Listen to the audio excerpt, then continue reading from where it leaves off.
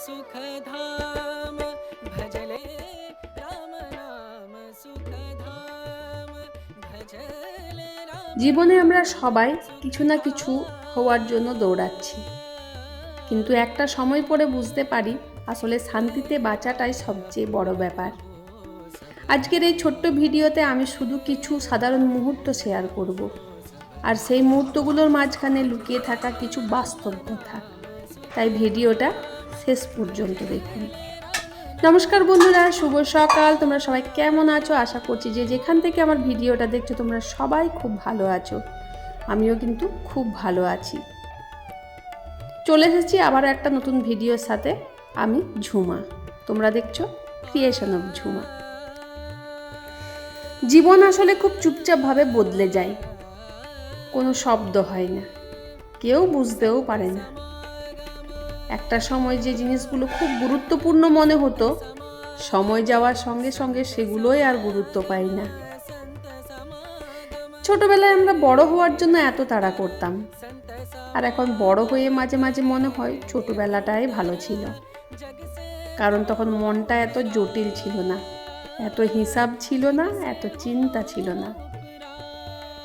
মানুষের জীবন যত বড় হয় তার ভিতরের নীরবতাও তত বড় হয়। সবাই সব কথা প্রকাশ করতে পারে না, কিছু কষ্ট মানুষ শুধু অনুভব করে, বলতে পারে না। আর সবচেয়ে অদ্ভুত ব্যাপার হলো, মানুষ বাইরে থেকে যত শক্ত দেখায়, ভিতরে ভিতরে সেই ততটাই ক্লান্ত হতে পারে। তবুও মানুষ প্রতিদিন উঠে দাঁড়ায়, কাজ করে, হাসে, স্বাভাবিক থাকার চেষ্টা করে। এটাই হয়তো জীবনের নাম। আমরা অনেক সময় ভাবি জীবন সফল হতে গেলে খুব বড় কিছু করতে হবে, কিন্তু সত্যি কথা, দিন শেষে মানুষ শান্তি চায়, একটা শান্ত মন, কিছু নিজের মানুষ, আর দুশ্চিন্তাহীন কয়েকটা মুহূর্ত। জীবনের একটা পর্যায়ে এসে বুঝতে পারি সবাইকে ধরে রাখা যায় না। কিছু মানুষ বদলে যায়, কিছু সম্পর্ক দূরে চলে যায়, আর কিছু অনুভূতি সময়ের সঙ্গে নিঃশব্দে শেষ হয়ে যায়। শুরুতে খুব কষ্ট হয়, কিন্তু পরে আমরা মানিয়ে নিতে শিখে যাই। কারণ জীবন কাউকে থেমে থাকার সুযোগ দেয় না। আর একটা কথা কি জানো বন্ধুরা, সব সময় স্ট্রং থাকারও দরকার নেই। কখনো ক্লান্ত লাগতেই পারে, কখনো মন খারাপ হতে পারে। এটা দুর্বলতা না, এটাই মানুষ হওয়া। আজকাল মানুষ খুব এক্সপেন্সিভ জিনিসে সুখ খোঁজে, কিন্তু আসল সুখ অনেক সিম্পল। প্রিয় মানুষের একটা খোঁজ নেওয়া, মায়ের ডাকা, বৃষ্টির শব্দ, কিংবা দিনের শেষে একটু শান্তি। এই ছোট ছোট জিনিসগুলোই আসলে জীবনকে সুন্দর বানায়। তাই সব সময় বড় কিছু পাওয়ার পিছনে না ছুটে মাঝে মাঝে থেমে জীবনটাকে অনুভব করো। কারণ একদিন হয়তো সব কিছু থাকবে, কিন্তু আজকের এই মুহূর্তগুলো আর থাকবে না। তো বন্ধুরা, এই ছিল আমার গল্পের মধ্যে কিছু কথা, এই ছিল আমার রোজকার জীবনের মধ্যে কিছু কথা। কথাগুলো তোমাদের কেমন লেগেছে অবশ্যই কমেন্টে জানাবে। আরেকটা জিনিস কি জানো বন্ধুরা, আজকে হচ্ছে মাদার্স ডে, মায়ের দিন, আজকে মায়েদের দিন। কিন্তু সেই মাদার্স ডেতে আমি আমার মাকেই কাছে পাচ্ছি না। চলে গেলেন মা, আজকে প্রায় 4 মাস হয়ে গেল। দেখতে দেখতে সময়গুলো কীরকম পেরিয়ে যায় সেটা আন্দাজই করতে পারা যায় না। একটু আগে আমি যে কথাগুলো বললাম, সেই কথাগুলো কিন্তু অনেক সময় আমি চিন্তা করি বসে বসে। হয়তো কোনো কাজ করছি, কাজের মধ্যে থেকেও কিন্তু আমার চিন্তাগুলো চলে আসে।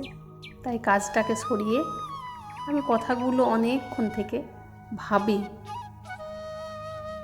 যে সত্যি তো আমাদের বাস্তব জীবনটা কেমন, আর আমরা কেমনভাবে প্রেজেন্টেশন হই মানুষের কাছে। যাই হোক, অনেক কথা বলে দিলাম বন্ধুরা। এগুলো কিন্তু আমার কোনো জ্ঞান নয়, আমি আগেও বলেছি ভিডিওতে, এখনও বলছি, কথাগুলো আমার নিজস্ব, পুরোপুরি একদম মনের, তাই সেগুলোই তোমাদের সাথে শেয়ার করি। অনেকটা হালকা লাগে, অনেকটা ভালো লাগে, কারণ এখন কথা শেয়ার করার মতো মানুষটাই তো নেই। যাকে মনের কথাগুলো খুলে বলতাম সেই মানুষটাই তো চলে গেছেন। মায়ের মতো আর কেউ কিছু কিন্তু বুঝবে না, মায়ের মতো কেউ কিন্তু কিছু সামলাবে না, মায়ের মতো কেউ কিছু আগলে রাখবে না। তাই কথাগুলো বলার জন্য তোমাদেরকেই বেছে নিয়েছি। জানি অনেকের শুনতে খারাপ লাগবে কথাগুলো, আবার অনেকে ভালো লাগবে।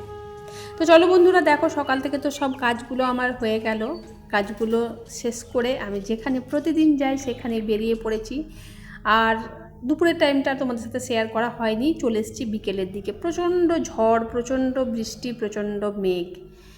তো বাড়িতেও চলে এসেছি, আমি তোমাদেরকে দেখাচ্ছি শুধু যে কতটা পরিমাণে এখন মেঘ ডাকছে, মানে বৃষ্টি হবার জন্য পুরো মেঘটা কালো হয়ে আছে। কি আর করা যাবে, বাড়িতে আমি চলে এসেছি আজকে। কৃষ্ণ আমাদের এখানে মূর্তিটা রাখা হয়ে গেছে, ছবিটা, তাই তো কি সুন্দর লাগছে গো, দারুণ দারুণ। আমার ইচ্ছে ছিল এখানেই লাগানো, আর এখানেই লাগানো হয়েছে। মানে এখানে ঠাকুর ঘর আছে, মানে একটা রুমেই আমাদের সব, একটা রুমেই সব আমাদের ঠাকুরের জায়গা, ঠাকুরের আসন, আমরাও থাকি একটা রুমে। কি জানি কবে ঠাকুর ঘর বানাতে পারবো। সকালে যে কভারগুলো কেচে গিয়েছিলাম, তো ভাবলাম যে এখন তো কারেন্টটা রয়েছে, তো একটুখানি তুমি মানে বিছিয়ে দাও।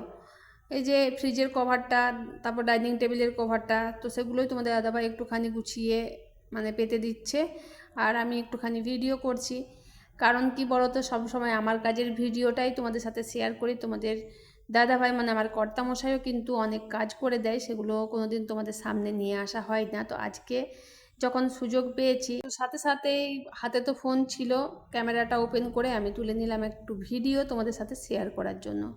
তো দেখো এখানে ডাইনিং টেবিলের কভারটা যে পাতা হয়ে গেছে, আর এখানে একটুখানি কি জানি নতুন কভারটা কেনা হয়েছে, তো এখানে একটুখানি মানে ছিঁড়ে গেছে, কি করে কি জানি, হয়তো কাচতে গিয়ে ছিঁড়েছি কিনা বুঝতে পারিনি।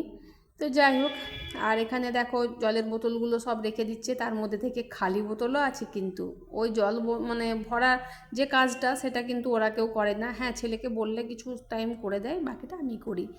তো রাতের দিকে একটুখানি ভাত বসিয়ে দিলাম। আর দেখো কৃষ্ণ ছোট্ট মতো হাঁড়িটা, এই হাঁড়িটা না আমার মা দিয়েছে। আর এই যে ছোট্ট মতন একটা, মানে আমরা এখানে ডাবু বলি, ডাবু, তো সেটা দিয়েছে আমার দিদি।